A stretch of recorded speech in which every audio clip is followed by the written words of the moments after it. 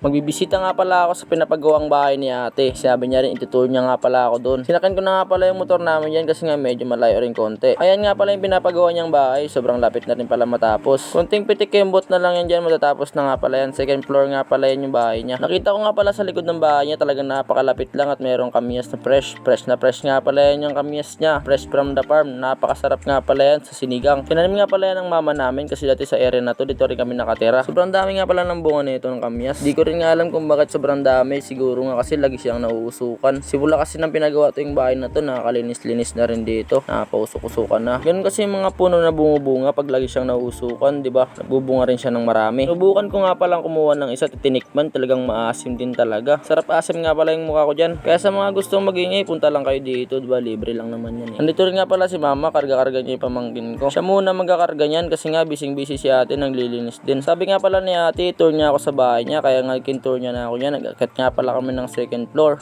Ito. Yun yung terrace. Para pag bungad mo dito, pagbukas mo ng pinto, kape-kape, shot-shot puno, ganon. Isa. Tapos open. Na to, ito yung magiging master bed. Pagdating mo dito, bintana, CR. Ganon. Ito ako sina nyo. CR to CR. Sakto may ano kayo kamyas. Hi, Uno! May kamyas na nga kayo agad. May kamyas agad oh? Tawaga.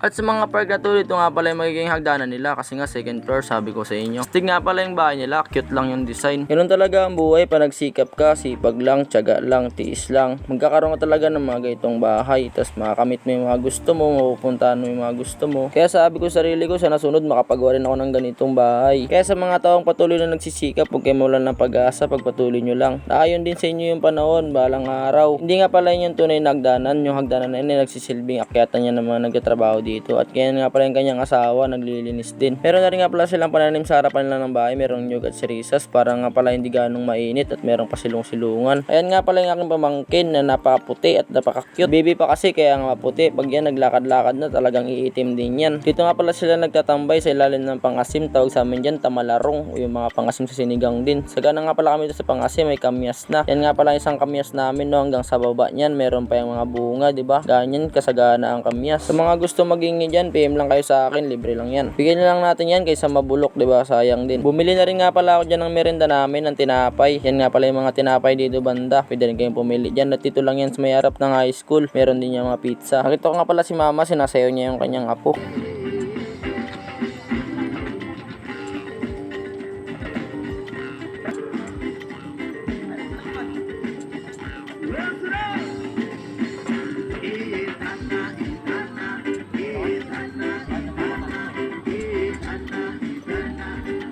Hanggang dito na nga lang pala yung kwento ko. Magpapaalam na ako sa inyo. Bye-bye!